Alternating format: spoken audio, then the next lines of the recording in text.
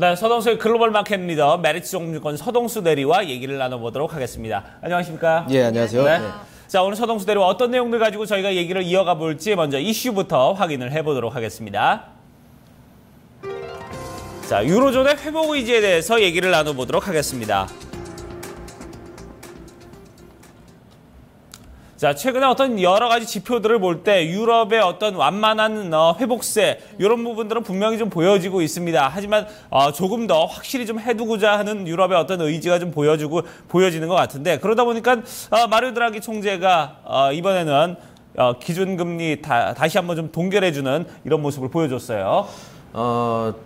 어제가 아니라 이제 며칠 전에 그 전 세계 이제 그 제조업 관련된 PMI 지수가 이제 국가별로 다 나왔었는데요. 네. 사실 뭐 이탈리아라든가 유럽 쪽에서는 상당히 좀 50을 넘어서는 국가들이 상당히 많았었습니다. 네. 물론 역대로 치면은 사실 계속 낮아지고 있는 수준이긴 합니다만 네. 다른 뭐 여타 부진한 국가들이 50에도 미치지 못하는 국가들이 많은데도 불구하고 유로존이 상당히 조금 좋아지고 있는 국가들이 생기는 건 좀 긍정적으로 보여졌었는데요. 여기도 좀 문제가 지금 디플레이션 우려가 지금 계속되고 있다라고 보시면 될 것 같고요. 네. 어제 드라기 총재가 유로존에 대한 이제 경기 회복에 대해서 자기가 자리에 앉아 있는 한 뭐든 하겠다라는 강력한 의지를 좀 보여주는 이러한 하루였다라고 보시면 될 것 같고요. 어제 뭐 유럽 지수들 많이 올랐습니다. 예. 네. 네. 제가 앞서서도 얘기를 했었지만 지금 유동성 어떤 장세가 끝나는 게 아니냐. 미국의 금리 인상을 앞두고서요.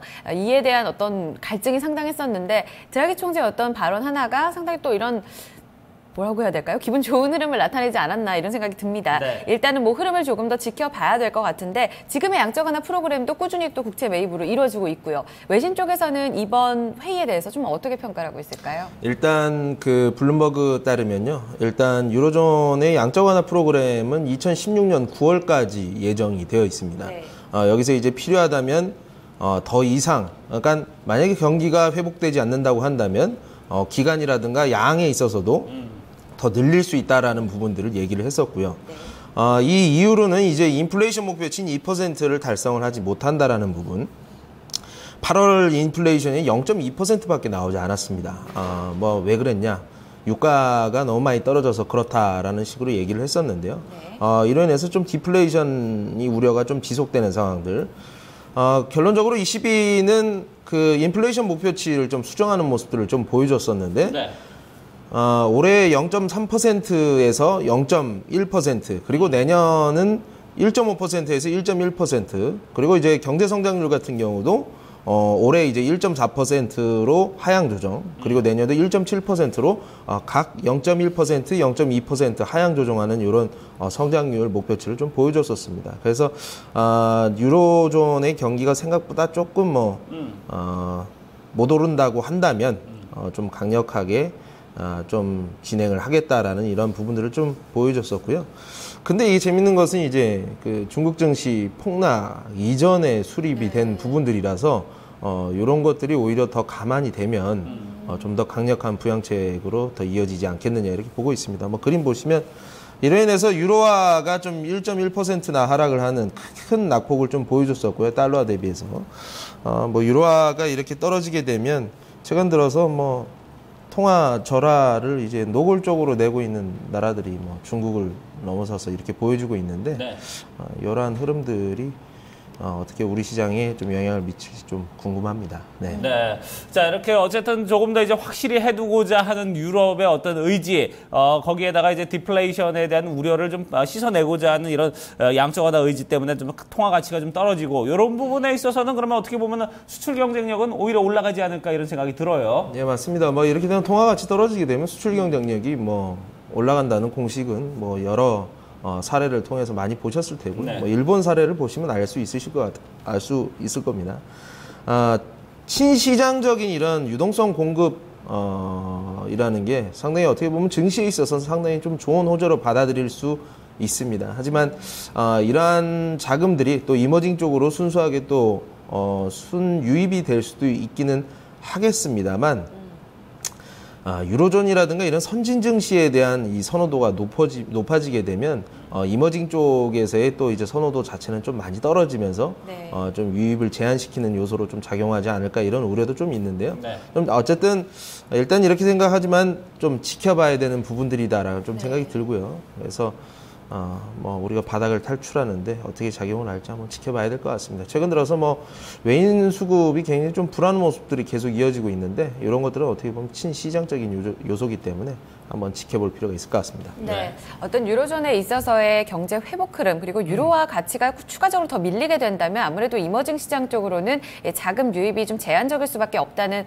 이야기를 해주셨고요. 이런 부분에 있어서는 환율이 또 추가적으로 좀 중요한 변수가 되지 않을까 싶습니다. 앞서서도 얘기가 나왔지만 이 그러니까 중국이 시장이 좀 무너지기 전에 이 같은 성장률 전망치가 픽스가 된 거기 때문에 네.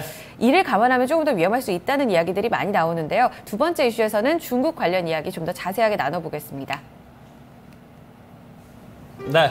자, 두 번째 이슈는 중국을 바라보는 또 다른 우려에 대해서 얘기를 나눠보도록 하겠습니다.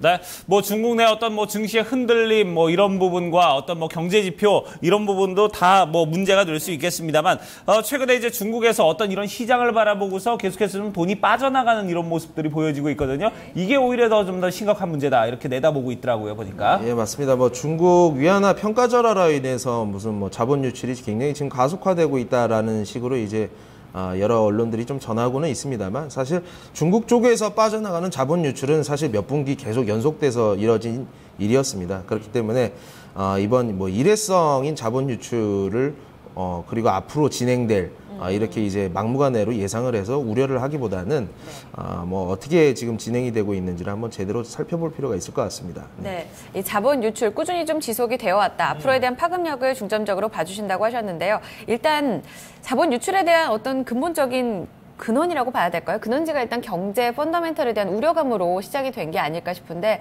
외신 쪽에서는 그 원인을 어떻게 체크하고 있는지요? 뭐 일단 결국에는 월스트리트저널 따르면 경제 성장률이 좀 미달을 한다는 부분들, 우리가 네. 기대했던 부분들보다는 약간 좀 미달을 한다는 부분이 가장 큰 이유가 아닐까라고 네. 이렇게 보고 있습니다.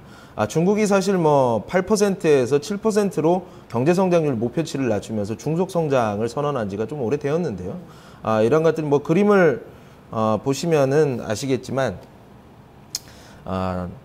첫 번째 그림 보시면 이 오른쪽 그림만 보시면 되겠습니다. 여기 보시면 넷플로 쿼터리라고 딱 돼 있는데 오른쪽 이제 노란색으로 표시된 것들이 이제 유출을 의미를 합니다. 네. 그래서 2014년 3, 4분기 굉장히 좀 많은 유출이 있었고요. 그리고 올해도 2분기 들어서 상당 부분 위안화 절하와 함께 같이 이렇게 많이 이루어졌다고 좀 우려를 하고 있는 부분들인데요.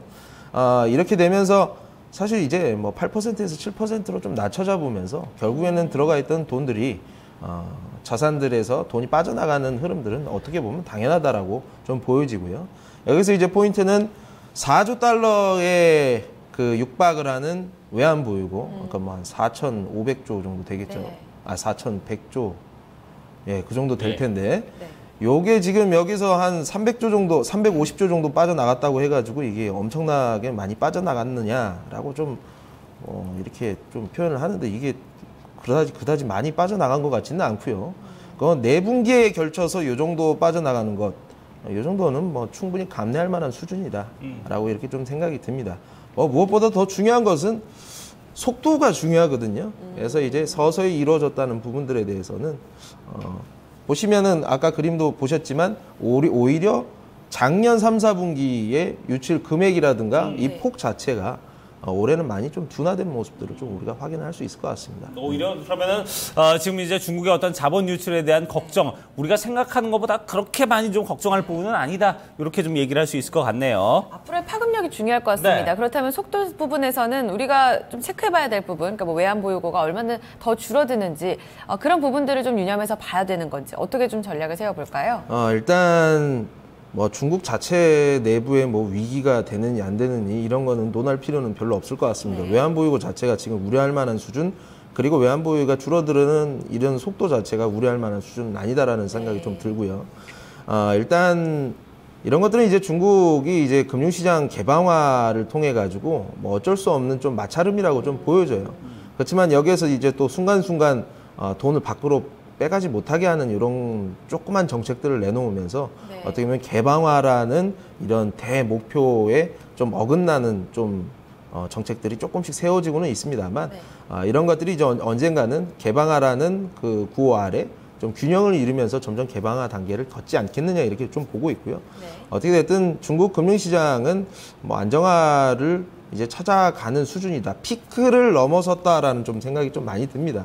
그래서 이 뜻은 이머징 마켓에 대한 선호도하고도 좀 어느 정도 이어진다라고 좀 많이 보고 있고요. 네. 중국 시장이 이렇게 아웃플로우가 인플로우로 전환되는 시점이 우리 시장으로 있어서도 상당히 조금 긍정적인 흐름을 바라볼 수 있는 것들. 왜냐하면 한국 시장은 대중무역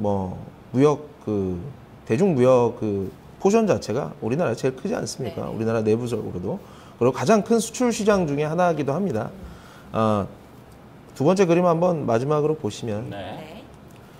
중국이 8월 달에 뭐 전승절 행사라든가 이런 것 때문에 뭐 차를 2부제로 바꾸고 뭐 공장도 문을 닫아가지고 하늘을 맑게 만들려고 많은 노력을 했다라고 하더라고요. 네네. 그래서 그리고 이제 8월 달 되면서 많은 경제 활동을 좀 위축을 시켜놨었는데 뭐 이게 의도적이지 않다라는 뭐 이제 외신들의 이제 음모도 상당히 많긴 합니다만 어쨌든 8월 달에 상당히 뭐 독일이라든가 일본, 뭐 우리나라 뭐 13.8%, 13.6%, 우리나라 8.8% 이렇게 수출이 줄어들었다라는 얘기죠. 이렇게 되기 때문에 뭐 자본 유출은 당연한 것으로 좀 생각이 들고요. 요게 이제 전환되는 시점, 이번 달 만약에 인플로우로 바뀌게 된다면 네. 금리 인상과 함께 중국 시장에 대한 선호도 이런 것들은 우리나라하고도 이어질 수 있다. 이런 부분을 좀 맥을 잡으면서 좀 지켜보자라는 말씀입니다. 네, 앞으로에 대한 그 환율 시장의 추이가 상당히 더 중요해질 것 같습니다. 그렇습니다. 위안화의 흐름과 더불어서 지금 시장 개혁에 초점을 맞추고 있는 이 중국 정부의 어떤 의지를 우리가 확인해 보게 된다면 지금의 어떤 위기는 자연스러운 어떤 조정이라고 볼 수가 있을 것 같고요. 이런 부분에 있어서 너무 큰 우려하지 말자는 의견도 전해주셨습니다. 그렇습니다. 지금의 하락이 오히려 지금 매력도를 좀 상승시킬 수 있을 만한 그런 부분이고 중국은 아직까지 뭐 이 정도 자본 유출 가지고는 뭐 흔들릴 만한 정도는 아니다. 이런 부분도 저희가 좀 체크를 해봤으니까 여러분들께서도 이 부분 참고를 하시길 바라겠습니다. 자, 얘기 여기까지 듣도록 하겠습니다. 지금까지 메리츠 종금증권 서동수 대리와 함께했습니다. 고맙습니다. 예, 감사합니다. 감사합니다.